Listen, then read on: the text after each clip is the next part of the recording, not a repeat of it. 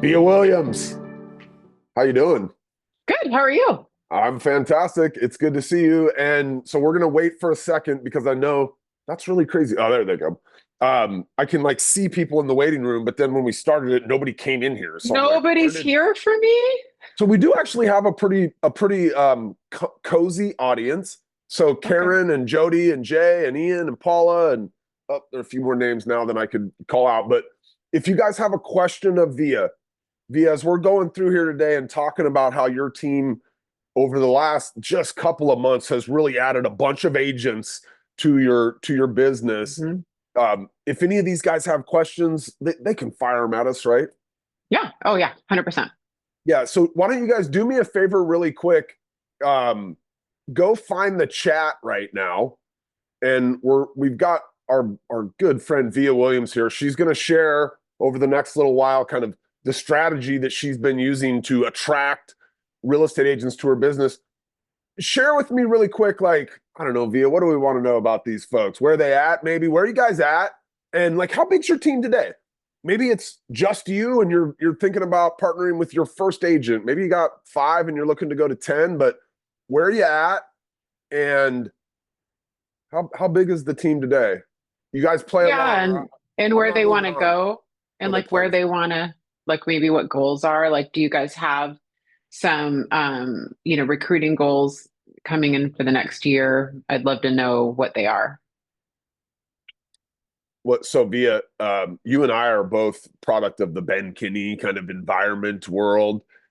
When he asks a question like that, like he might just sit here in silence until somebody types something. I can't see the participants. How can I not see them? Oh, you don't see everybody? Oh, wait. All Let me right, see here. Yolanda's checking in for us. There we go, Oh, Yolanda. I see Thank them you. now. Now I see them. Jason, Okay. now you see him. Jason, awesome. 14 members. Losing some folks. He wants You to want to add a add few some folks. seats. Okay. Okay. Yolanda, you guys have a goal? Are you looking to extend the business? Maybe by the end of the year, we add another agent or two, or what's the goal for 25? Okay, I'm going to assume the rest of the people that don't want to play along. Hey, Kaylee's here. Okay, that have goals via. I'm assuming they Agents came not. here because they want to learn how you landed 8 agents on the team in the last couple of months. Awesome. Jody said she's from Kansas City. 7 agents, 3 full-time, four dual careers. Okay, Okay, looking to this is get to helpful, you guys. Super there you go. helpful. There you Yeah, go. this Ooh, is really Yolanda's helpful. got big goals. I love it. Okay. All Yeah. right. Okay. Okay. Good, good, good. This is helpful. Thanks, everybody. That's So like we've got a super bunch of, helpful. I mean, a number of teams via that are in that, what, 4 to 8 now, and they want to go to 10 to Mhm. 15, or like they're looking to Yeah. make large jumps. All right. Via, I'm going to hand this thing over to you. I'm going to mostly get out of the way. You know, I'm always here as a prop. I will come back when we pull up and kind of talk about the recruiter Yeah. stuff because, I love the tech side of the things that we're building, but um, take it away.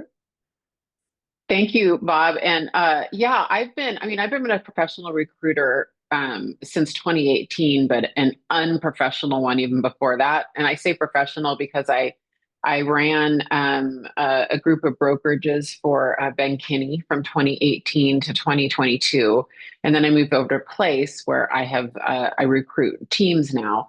And I also have my own team. And so this is my world. This is my space. I really live agent recruiting. And so for my own personal team, I have a day job, right? Like I work at Place. I'm the head of industry for Place. I have another company. I saw someone from Northern Kentucky. I'm working with Kellyanne from Kentucky, Kellyanne Harris, on another thing I have. It's called She Inc. And I have different businesses I coach. And so, my team kind of got put on the side burner. And right around this time last year, I sat down with my brother, Bob, who's my business partner. And I said, look, Paul, like, you can't have a real estate team as a sideline. It doesn't work. It's a full-time job. We kind of need to decide if we're going to fish or cut bait. Like, do we want to just go and sell some homes on the side and not have real estate teams because we both have, other primary businesses, or do we want to, go all in? And my brother said, I really want to go all in. And I was like, if you can really run the day to day, I can go all in helping with growth. I can help with, agent recruiting and lead sources and lead conversion and, making sure that we're productive. And we made a deal and we were like, all right, what do we want to do? And we decided that we wanted to build our team out to be about 24 by the end of this year. We had 24 agents. 24 agents. We had two. Okay. So this was last November. As luck would have it, Recruiter AI was just being offered to us, some of us at Place, as a beta. And so I said, well, I'm a recruiter and I have recruiting goals. And so I asked if I could be part of that beta, and I got on it. And so is it okay if I share a deck? You guys good with that? Yeah, share away. I don't think there's Share away. nobody's locked down here. Either one of us could have done it. You win. There we go. Don't judge my don't judge all my tabs open. I'm actually surprised it's that low. It's like Anybody that's ever seen my desktop, Vija knows I have no room to judge what you got going on right there right now. I have 3 windows that you're not seeing though, which is just embarrassing. But anyway, okay. So not only did I do this myself, I have formed a recruiting course that Ben Kinney's going to help me with, that we're going to announce pretty soon, Bob. So I can get everyone here on the waiting list for that if you guys are interested. We're going to kind of offer probably a 2 to 3 month deep dive with teams who want to really commit to this and learn how to do it. So I'll get you that information at the end. Because today, Vija, we're talking a little bit more upstream. We're like, how do we get people attracted to our business? How do we get them to get to the table? There's a whole nother piece around getting them onboarded and getting them trained up, and right. Yeah, we'll talk about it all. I mean, we'll talk about it all. This is what my numbers look like. And I apologize, I haven't updated these in the last month. But just to give you guys an idea, our total ad spend was right around Thanksgiving, to right around the end of, so 8 months, right around the end of August, was about $6,500. So just to get out of the gate and share with you guys, we spent money on this, and you don't have to. There's plenty of ways to do this without it. I just want to be transparent with kind of what we did, and I'll walk you through how we did it. But this is what my numbers look like on my team. We had really quick on that end. To that end, can I just interrupt you? Because Tamara reached out to me and said, "How come Vija's like, she's got these big numbers, and she's like, I kind of want to get there, but I don't necessarily want to spend as much." I said, "Look, Tamara, recruiter, like, because Tamara's she's got leads coming in, right? But she didn't have quite as many." And I'm like, look, the recruiter gets you a steady volume of these things. Vija just decided she wanted to get there faster, right? So like you boosted it, I think, to get there faster. That was yes, that's true. But I'm going to add to that, our philosophy, Bob, and I think this is really important for you guys to think about. Our philosophy was the same speed to lead philosophy that we have on our leads for our team for recruiting. So we have a really good process. We are nailed down and solid. And, I don't know that speed to lead for recruiting has to be 5 minutes or less, like it does for our agent leads, but it needs to be an hour or less if it's during working hours, and because why, you guys, no one does it. No one's doing speed to lead on recruiting. They've got, there's just not a sense of urgency. So we instilled a sense of urgency. We beat everybody in our market. And I love my fellow teams in my market.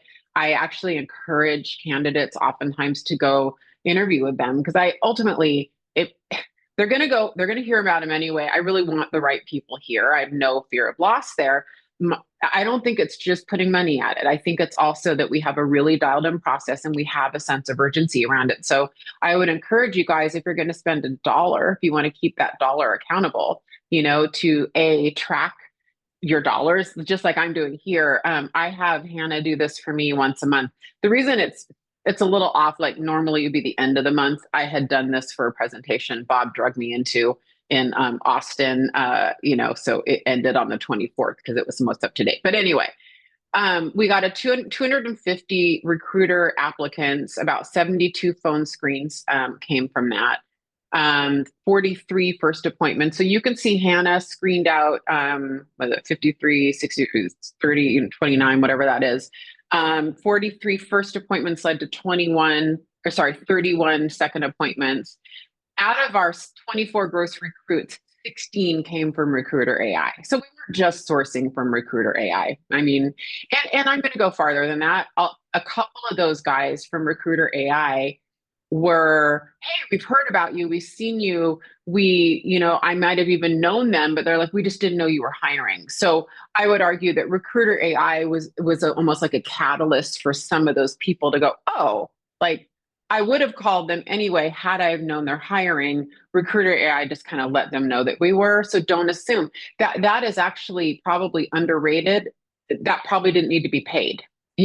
That's probably a good example of people who would have called you if they knew you're hiring, but you don't have to boost it necessarily. I'll share at some point, one of our partners, Vija, had done like just a Facebook ad in their local market saying, hey, we're looking for 2 agents to join the team before the end of the year. We've got 100 website visitors this month that didn't get a phone call. We need somebody to call those people. And they actually had like agents in their market tagging other agents who they knew were struggling, was like, hey, you should come check out what Nick's got going on. So yeah, that is a real thing. A lot of you guys in your market, like you don't give yourself enough credit for how amazing other people think you are. Via, like, I think maybe you weren't giving yourself enough credit for how amazing some of the other agents in Kirkland think Vija is. And once you put it out there to the world that, hey, I'm hiring, people were like, oh, what? She is? Like, she's amazing. I might want to work with her. So amazing. I think people are curious when they see your name a lot and they see you in the MLS come up a lot. They do deals with you. I do think people are curious. They're probably more curious than y'all think about your team, because a lot of people here have bigger teams in your markets, right?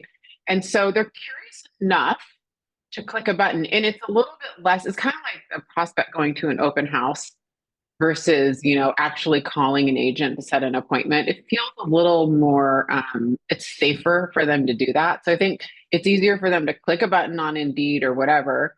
And keep in mind, they're looking on Indeed for a reason. So they're probably thinking about real estate a little bit more, like, do I want to keep doing this? It's getting hard. So all the things.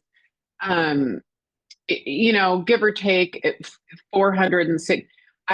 By the end of the year, my anticipation is it's going to be closer to 350 per hire. Because you have leads in there today that you've already paid for that will turn into an agent with the team. That's correct, Bob.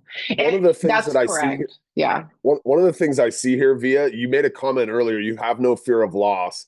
And it's a lot easier to have no fear of loss when you have this kind of a pipeline coming through your business than if you had, 2 agents to pick from, right? And you're like, okay, I got to land one of these 2 agents because I only got 2 agents to pick from. Like having, 250 or whatever that top line number was, people to kind of sift through to get down to 40 that you're willing to interview, 31 that you want to do, have a second meeting with. Like all of a sudden that fear of loss it's a lot easier. 100%. There's 30 more behind them.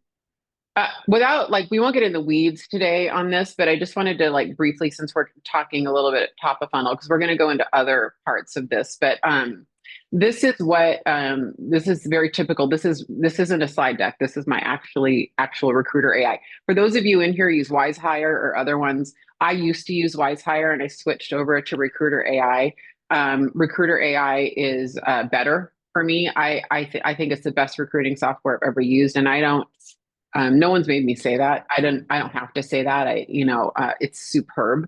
But you can see, here in the candidate section what's pulling. One thing that I was looking at earlier, and this is the level of weeds that you do have to get in. And I was like, all right, why do we only have 22 applicants from this ad? We need to do something here. It's not good. So what I did is I got on here. I was just literally doing this, Bob, it's just kind of funny timing that, whatever. So I got on the last 3 months and I was like, all right, basically we have one little spike of traffic, which is probably when I refreshed it. You can see I went down here, probably refreshed it and changed something, but we didn't get a lot of applicants. We just haven't gotten a slew of applicants lately. So we need to change something on this ad. And I don't know what I'm going to change, but this is a good example of I'm going to pay attention to this ad. And I didn't get a chance earlier, but I'm probably going to look at the candidates. Have we hired from this group of candidates? You can see this is a very clean database. Every single contact in my recruiter AI database is spotless. I mean, there are no new leads in here.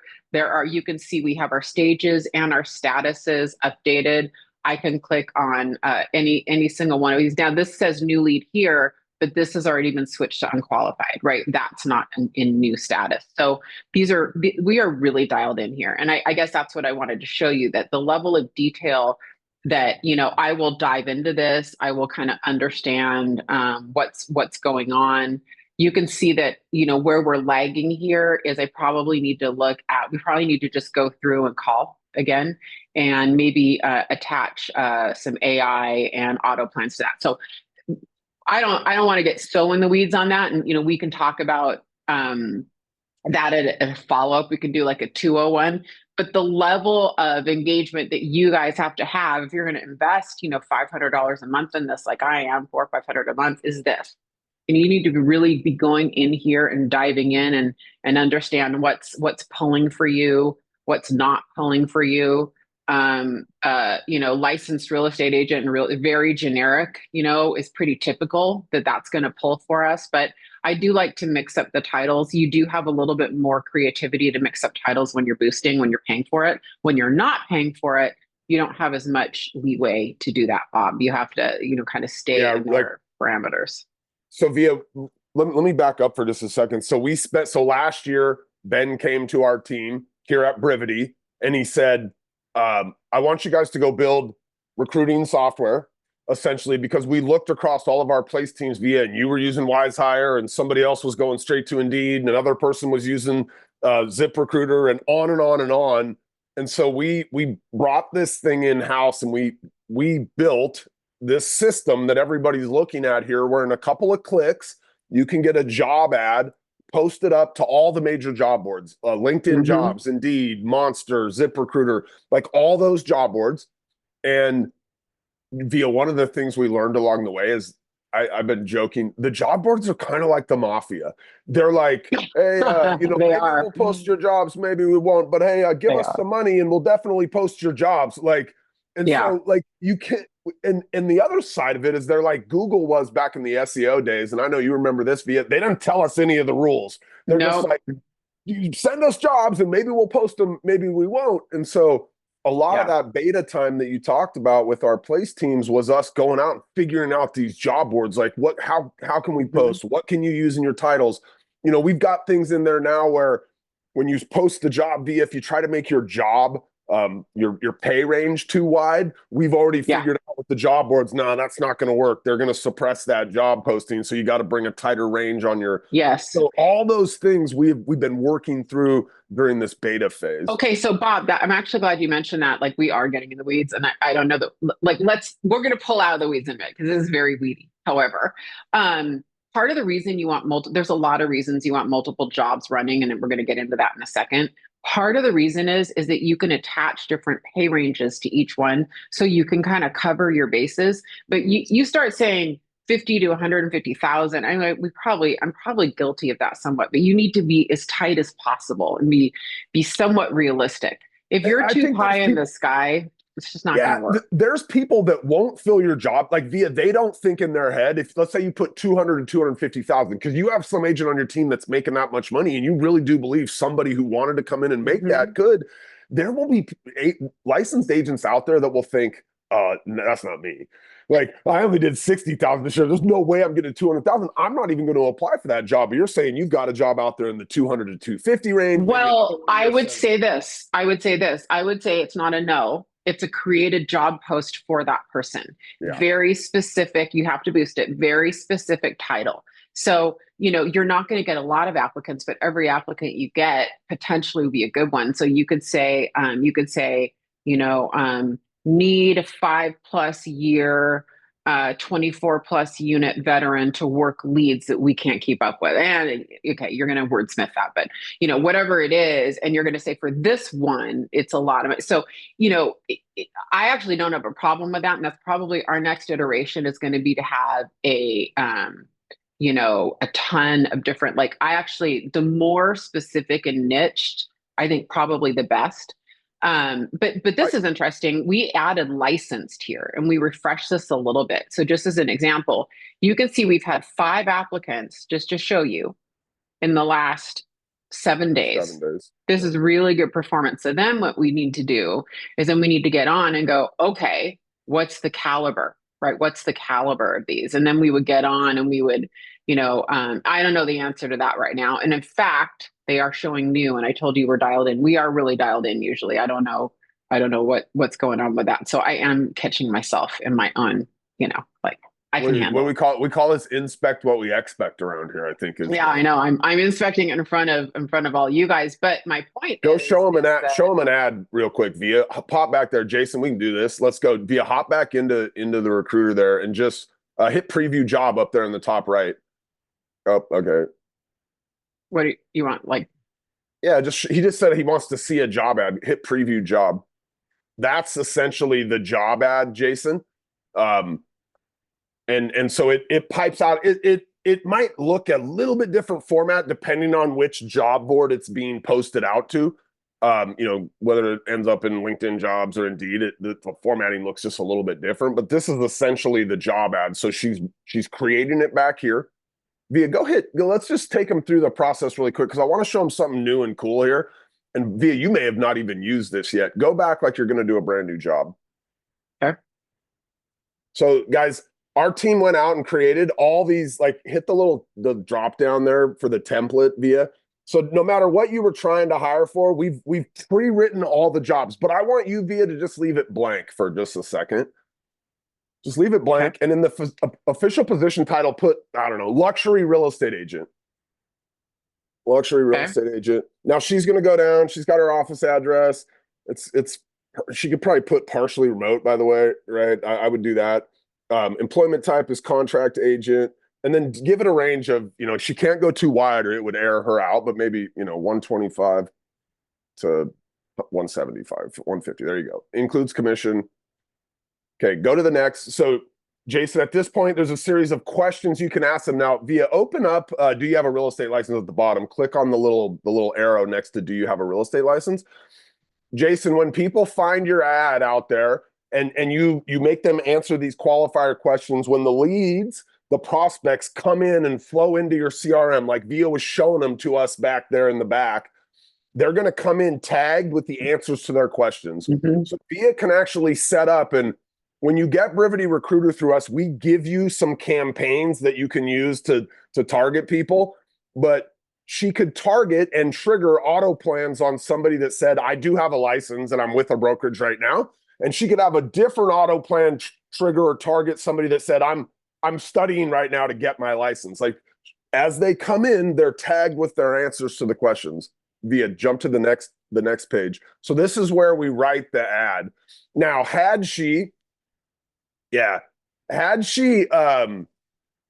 picked one of the drop downs, that ad would be written based on she had picked showing agent or she had picked I want to do a real estate agent. But because she did luxury real estate agent in the title, then she just asked the AI to go write the job ad. And so you can see this is based on the fact that her job title had said, I'm looking for a luxury real estate agent, so that our AI went out and wrote a job ad geared towards, attracting a luxury real estate agent, right? You see some of that language throughout what it wrote. And you guys can just see it. It's literally writing it on the fly here, Jason, as she's hitting next or hitting go.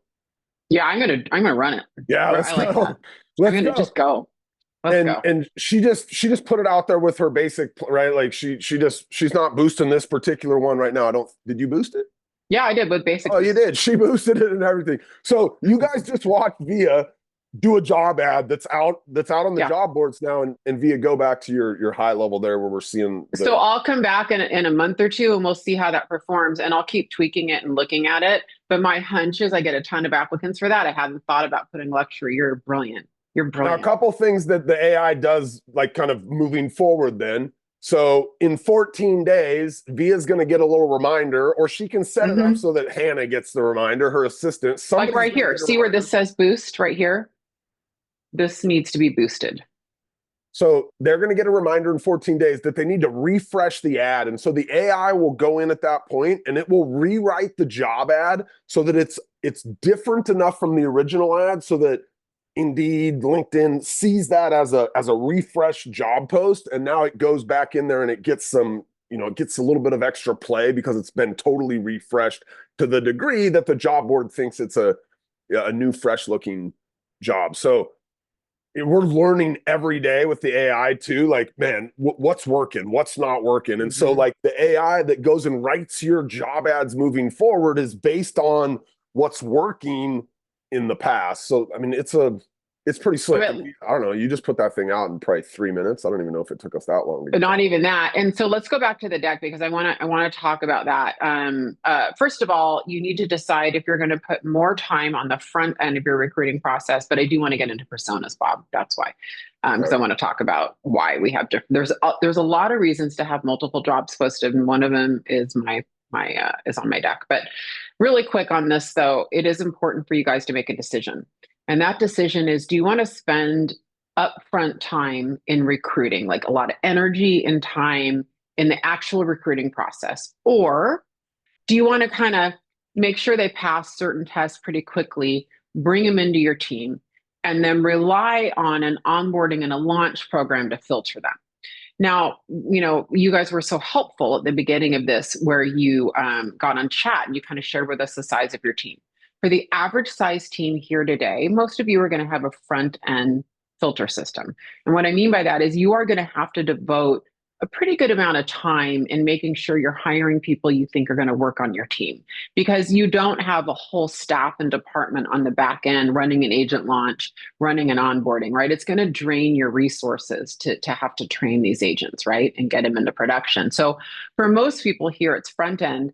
For our bigger teams who maybe didn't respond on chat, and the larger teams I work with, I will say it's kind of a benefit of place. It's really one of the most important things place does is we can lean on a launch program.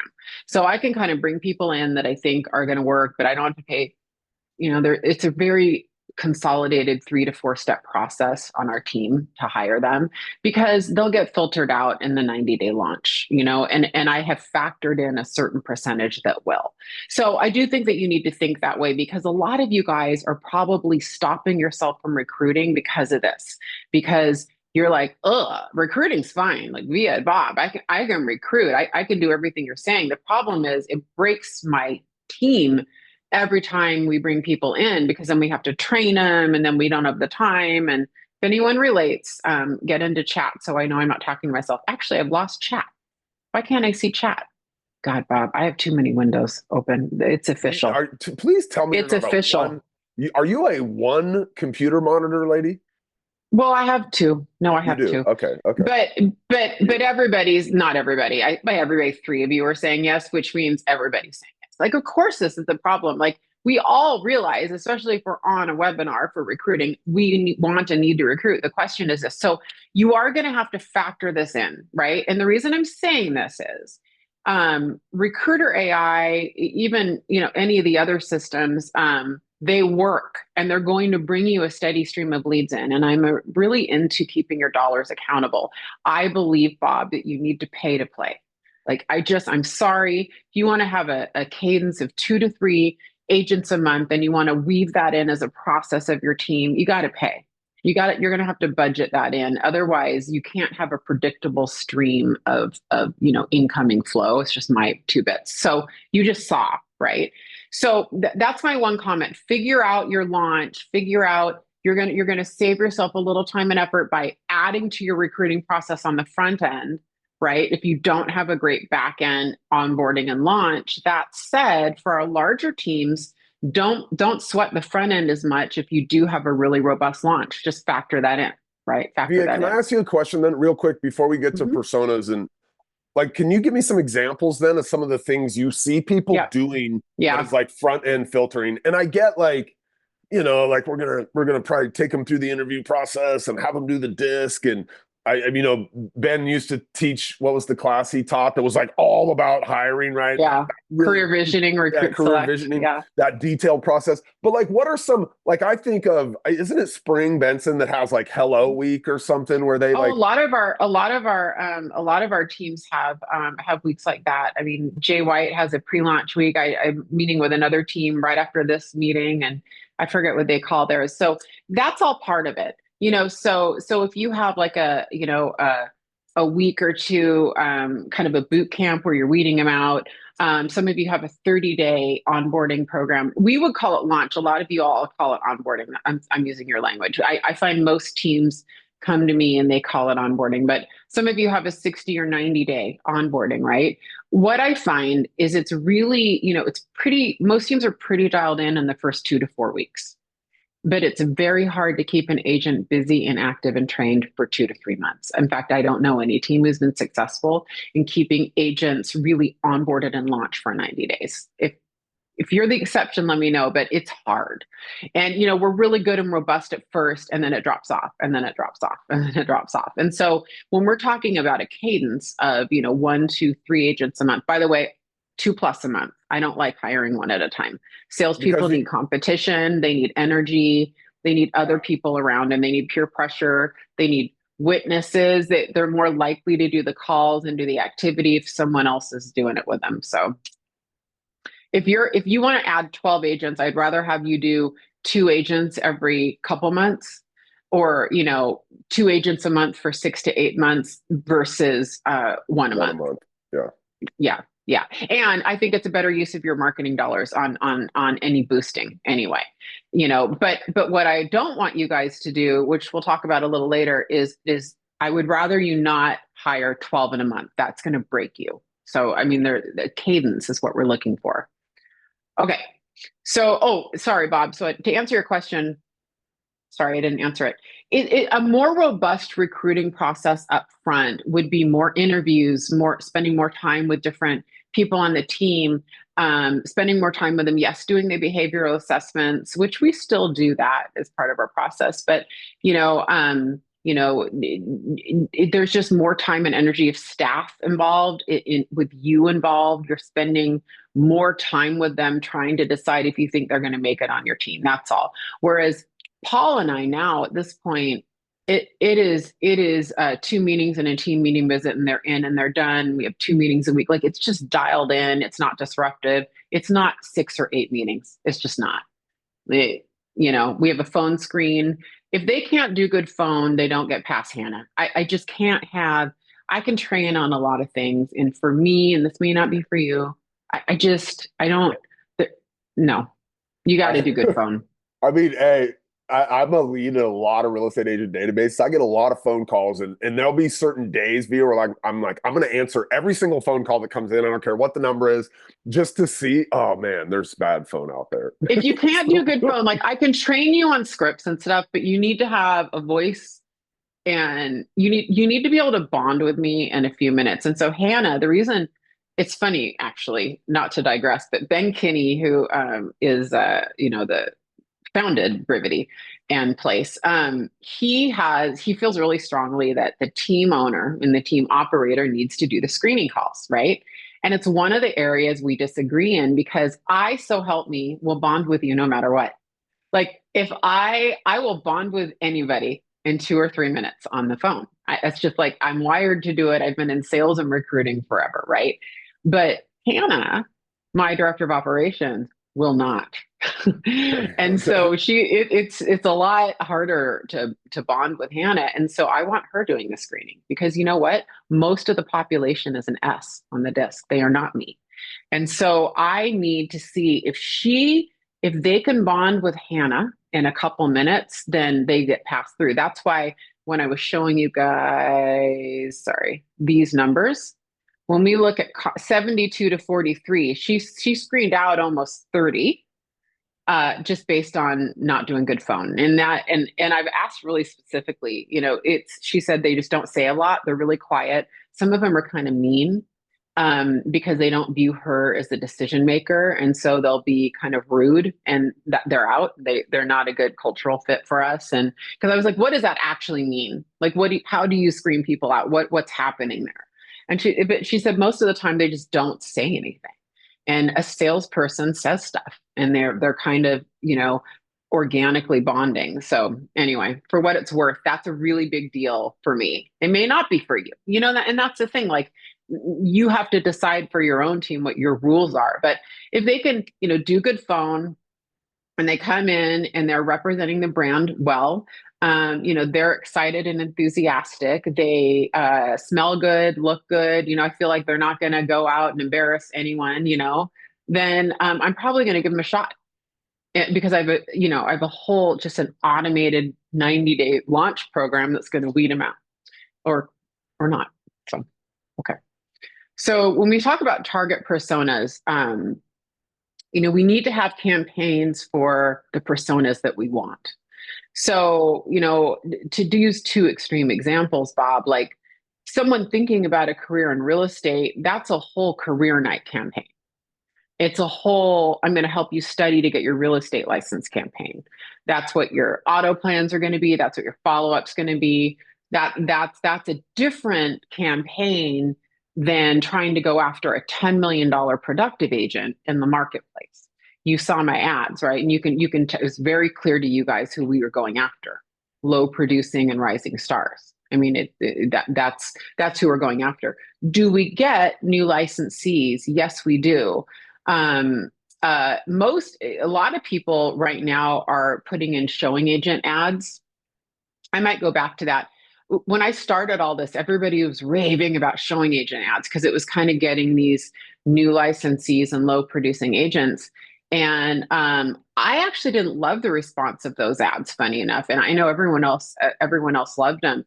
I've been getting the best response, as you guys saw, and just this straight ahead, basically, are you a real estate agent? Come talk to us. Funny enough, but whatever it is, you have to do your recruiting campaigns and back into the personas you're going for. So let's talk about new licensees, right?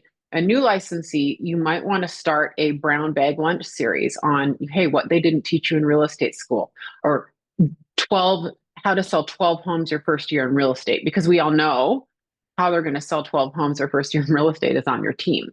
And so it's a soft sell, right? And so you could have, things that you want to have, topics that attract who you're going after. One like extreme example might be I'm doing a breakout session at an upcoming real estate event. It's what I do at Place, right?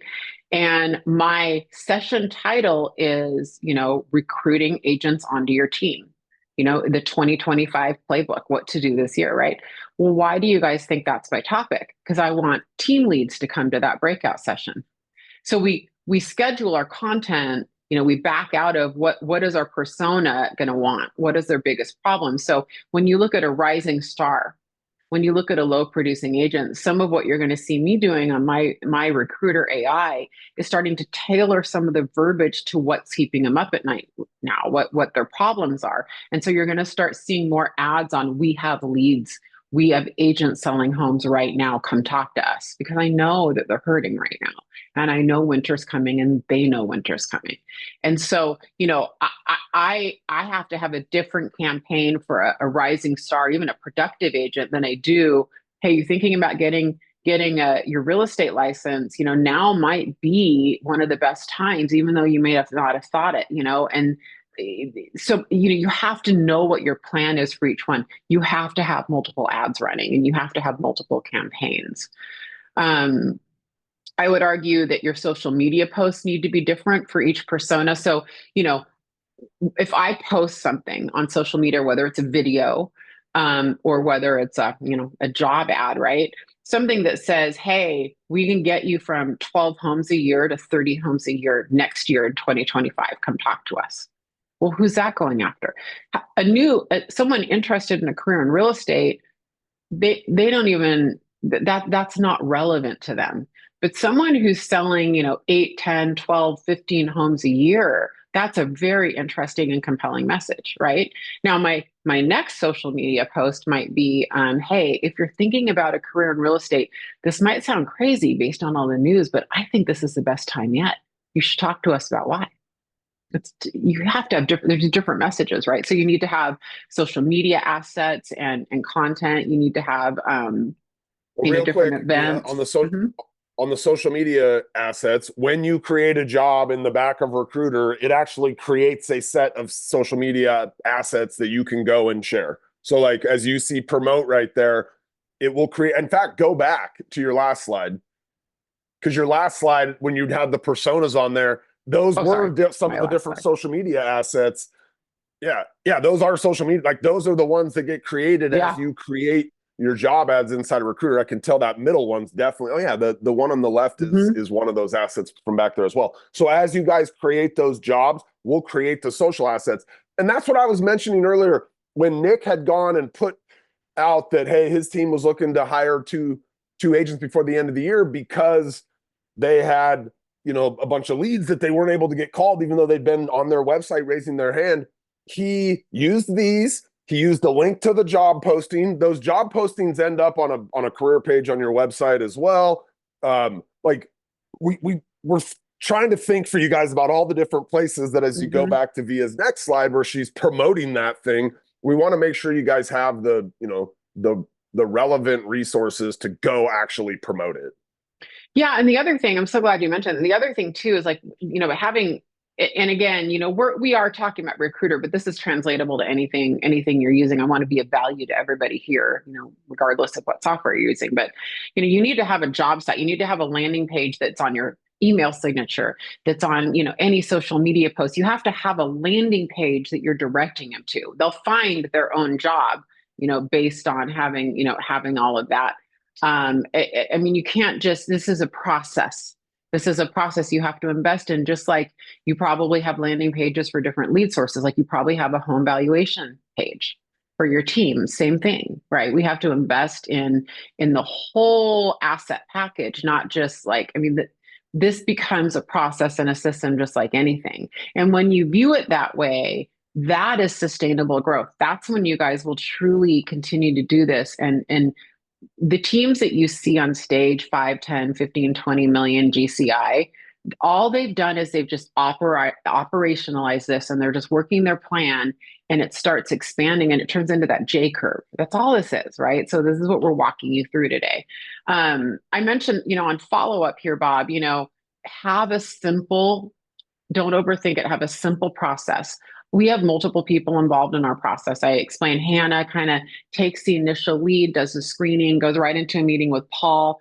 I become involved at either I've got a first meeting today because she's a killer candidate, but most of the time I'm the second meeting. So we just have a flow, and that's what we have. So anyway, I'm going to keep going, but hopefully that makes sense to everybody. So don't just have one job.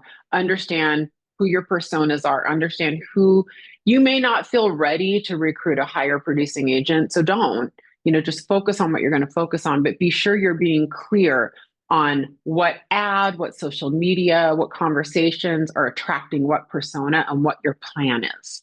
This is the moment, side note, to be recruiting experienced agents. This is the moment. So we've been watching this, right? And all year we've had this thing in beta, and we can see when they come in, they answer that question, are you a licensed agent or not? Via in the last 2 months, there's been this big uptick in licensed agents who are on the hunt, right? Like just 2024 did not go the way they expected. They're not quite ready to get to throw in the towel on real estate, but they're looking around and saying, who can help me get to my goals in 25? Like it's dramatic in the data. Here's the thing that's happening with low producing and rising stars right now. So kind of that 2 million, which in a lot of models is what we would call a capper, right around 2 million, meaning they've paid off their company fees or their company cap. And so they're into 100% commission, not all companies, but some, into, 5, 7, 10 million, this range. it's still a low enough volume that it's a volatile range for agents. So when they have a down year, if you're selling 8 homes a year and you're maybe making 60 or 80,000 a year, but your business goes down 40%, that's significant. Now, if you're up here and you're making 200 to 300 a year and your income goes down to 150 to 200, you're feeling it, but you're still living, you're still paying your rent and your mortgage, right? But when you're down here, it's they're feeling it. They need us right now. And we are a good partnership, right? A good team is a really good partnership for these agents. And don't shy away from it. I think it's intimidating at first if you're not used to recruiting experienced agents. You can kind of talk about that. That's a whole session in and of itself. And that's partly why I created a course, because really creating a value proposition on your team for experienced agents is a game changer. It really is a game changer, and I encourage you guys to lean into that. Really quick, Bob, then we can wrap up and go back to Brivity. But when I asked your goals earlier, I love that a lot of you guys participated. I wanted to encourage you to use math that might be a little different when you're because this is a good time because we're going into 2025 planning. So when you're looking at what you think you want your team size to be, either by the end of the year, either by next year, I'm going to give you a formula that you can use to back into what you need to gross recruit. And the spoiler alert is what you need to gross recruit is not going to be what your goal is. So if you said, hey, Via, I have one agent and I want to be at 12 by the end of next year. My follow-up question would be, okay, well, how are you arriving at 12, right? In fact, if anyone wants to be brave and write in chat, like, you guys put your goal, some of you had goals by the end of the year. Tell me how you derived those goals. What was your reasoning behind having those goals? Was it income per agent? Was it that you kind of calculated your average commission and you figured each one of those agents is going to bring a certain amount of deals? If anyone's brave enough, I'd love to see what the reasoning is for your goals, because you have leads that you can't service. Via, there's got to be somebody that the reasoning's just, man, I just couldn't imagine trying to hire any more than 2 because of my sanity. Right? Like, I feel like some people are just like, right, which totally understandable. Like, if I don't have a process here, right, I might be thinking about it in terms of like, how can I bring a couple people in my world without creating a ton of chaos? Yeah, maybe next time we can do this as a meeting so that we're all interacting, because I'd love to hear what, like what everybody's reasoning is. And if you're typing, I can't see you type, so it'll pop up to chat in a minute. So here's the math that this has come from me. I think I mentioned earlier that, I've been a professional recruiter since 2018. Long before that, I was not professional, meaning, it was just, I was a recruiter on my team, right? I don't know what that means. Unprofessional? No. Amateur. Wasn't being paid for it, but yeah. So Jody, just building on that though, when you shared your goal, because you did share your goal, like what was your reasoning for the number that you shared, right? Like what was the math you were using for that number? I'm curious if any of you guys, but here's my math. And this is when everybody hates me, Bob. This is when I get dirty looks when I do this in person. I get people, that get mad. And then inevitably, here's what happens. Inevitably, people come back to me. They'll text me, they'll message me, they'll find me on Instagram or Facebook, and they'll go, you were right. You were so right. So here, let's talk about what my rule of 3 is. Okay. And this is just based on years of running brokerages and teams. And these numbers, I wouldn't say these are fixed numbers. These are blended average approximates that you'll find are pretty accurate, but some teams have slightly different numbers, right? So if you recruit 10 agents, okay, typically 2 of those agents are going to be your Navy SEALs. And depending on your market, they're going to consistently sell 1 to 2 homes a month, right? Now, in my market, selling 1 home a month, selling 12 homes, don't get mad at me, but that's 10 to 12 million in real estate. It's a very big producer. It's a large producer. So 1 a month would be considered you're a top agent here. You really are. In a lot of your markets, that's 2 a month, right? Depending on your price point. Those are the ones that are paying your bills, that are consistent, that you can rely on, right? Those are also the ones that we tend to do math on when we're figuring out recruiting numbers. So the math goes something like this. Bob, I want to sell 120 more homes next year. So I'm going to hire 10 agents because they're each going to sell 12 homes a year. So 10 agents is, 120 homes. So I have to recruit 10 agents. That's pretty typical math that I hear, right? So for every 10 agents that you hire, two of those will sell, let's say 24. Let's just use 24 in your market. Okay. Two of those will sell that. Five of them will sell somewhere, let's just call it, for the sake of, let's just call that 6 homes a year. We'll just blend the average, right? Some of them will be 4, some of them will be 8, but some of them, by the way, are on their way up or down. Some of them are going to never leave that area. Here's where people get a little edgy and you make your own decision. Don't fire these people. There are so many teams I talk to and they're like, no, if you don't sell a minimum of, oh, sorry, my thing went out. If you don't sell a minimum of like 1 or 2 a month, then you're off the team.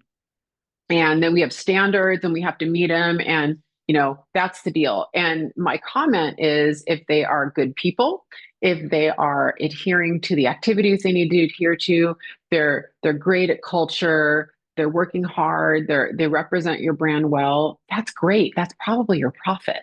Your Navy SEALs are probably paying your bills. This is your in any brokerage, this is the profit. It's actually these guys right here. So just be careful.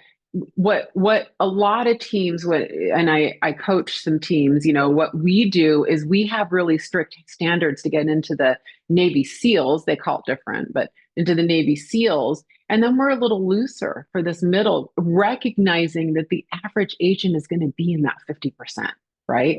Now, 30% of them, Bob, are just not going to make it. Or they're in the first 90 days, of launch, and they're just not going to make it. And so if you wanted to, going back to add 120 units, and only your team's numbers, but the math might look something like this. If we're just going to do round math, it might be 2 agents doing 24 a year, so that's 48. And then it might be 5 agents doing an average of, let's just say 5, so it's 25. So that's 73.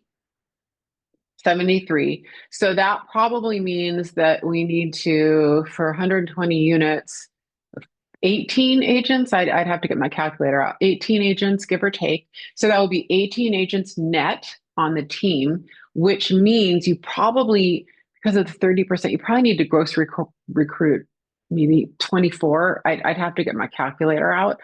So maybe you have to gross recruit 2 a month to get to a solid team of 10. That's doing all of this. So whatever your numbers might be a little different. My comment is that you probably need to recruit more than you think. This is where everyone hates me, but it's true. And so, you having an automated system and making as much of this automated as possible, making it not tax your team, tax your, having your launch and your onboarding as automated as possible, or even outsourced if possible, is going to help you, because you always have to be filling this up and kind of recognizing the law of physics, because the law of physics is this. I'll answer. Yolanda asked a question in the chat earlier, like, can you talk a little bit about your launch? Yolanda, I will just tell you, Vija is hacking it, like, in a good way. Like, her partnership with Place is what's powering her agent launch. So yeah, Place, we've got a very developed agent launch program. There's like a whole learning management course with it. There's live, it was like weekly live sessions. They get homework. Vija gets a report every week of how her agents are progressing through launch. So it's a process we've built out here at Place, and those teams that partner with us get to leverage that process. And so Vija, it's not that it's hands off for her, but she's essentially put into a position where she then just gets to kind of inspect what she expects of those agents who are going through launch. She's not actually like leading them through it. Marley and team are doing that here. But Yolanda, the one thing I would add to that, yes, that's all true. The one thing I would add to that is that, you want to have a launch that is focused on agent activity and business growing. So too many teams that I talk to have these launches that are really focused on the contractual aspects of it, like the purchase and sale agreement. Yes, Absolutely. We have to teach our agents how to do all of that. But a lot of that we can outsource to brokers. And or we're teaching them all of this real estate stuff and they never have an appointment to go use it on. And so, my comment is the hardest activity in real estate is getting an appointment. And I say that all my team stood tired of me saying that. It's the number one hardest activity in real estate. So all weight on my team is focused on getting appointments. The way I describe it, Olympic athletes, Broadway stars, whatever it is, everything's a rehearsal for the moment you're on stage, which is that appointment. I can predict an agent's future by the number of appointments they have. Everything we do is backed out of appointments, right? So, when we're talking about a launch and an onboarding, just don't forget that. Don't forget that it's, the hardest part when you break down your lead tracking, which I do, you'll find contact rate and contacts held to appointments set is the hardest metric. We're the weakest. Agents are pretty good at converting once they get to an appointment, right? At least we can help them there. It's pretty easy. Getting an appointment is everything, right? And so you have to have a launch and an onboarding that's pretty focused on getting the appointment. That's my one thing I would add to that, Bob. Okay, so I mentioned this earlier, but I want to say it in a slightly different way. Cadence. So rather than focused on total team size, which of course we want to have you have targets, you need a scoreboard that you're going for. What I want to encourage you guys to do is push your team to a cadence. So make yourself recruit the highest cadence you can handle. 2 to 3 a month for a lot of you on here is going to be what it is. That's what we did. We started at 2 a month. And what I said to my brother is I go, look, here's what I know. What I know is over the next 3 to 6 months, I can visualize handling 2 a month. Month 1, we have 2. Can we handle that? Yeah. Month 2, they're going to be in their second month of launch and we're going to have 2 new agents. Can we handle that while recruiting next month? Yeah, I think we can. That was it for us. We couldn't go higher. We are now at a point where I think we can handle 3. So now what we're going to do is probably move to that cadence. So you notice what I'm not talking about is total agents. I'm talking about our cadence. I do want to get to a point where we're at 4 to 6, maybe even 8 to 10 a month, in a couple of years, right? Understanding that we're always going to have to recruit more agents than we think because of the law of threes, right? Because my big goals that I have and my brother's big goals that he has, right? That has no bearing on the agents. They have their own personal goals. I can't make them sell more homes because I have higher goals. So I'm going to have more agents, and I understand the rule of 3 and I understand how the math goes. So just set yourself to a cadence. And I think that's a good place to stop it if we have any questions. So Vija, I really appreciate you doing this. So here's the deal for you guys. I recognize some of your names, Yolanda, Ben. If you guys are current Brivity customers and you're interested in adding the recruiter.ai functionality, click on the link that I just put in chat right there. If you are not a Brivity customer today, right now, Recruiter is available to our Brivity customers. So you could go to that same place and ask to get a demo and they could take you through a whole demo of Brivity at the top level. Vija, if somebody was interested in getting a hold of you, hey, there it is. Oh, for the recruiting course, I just put it in there. You can just sign up to get on the list at via.com.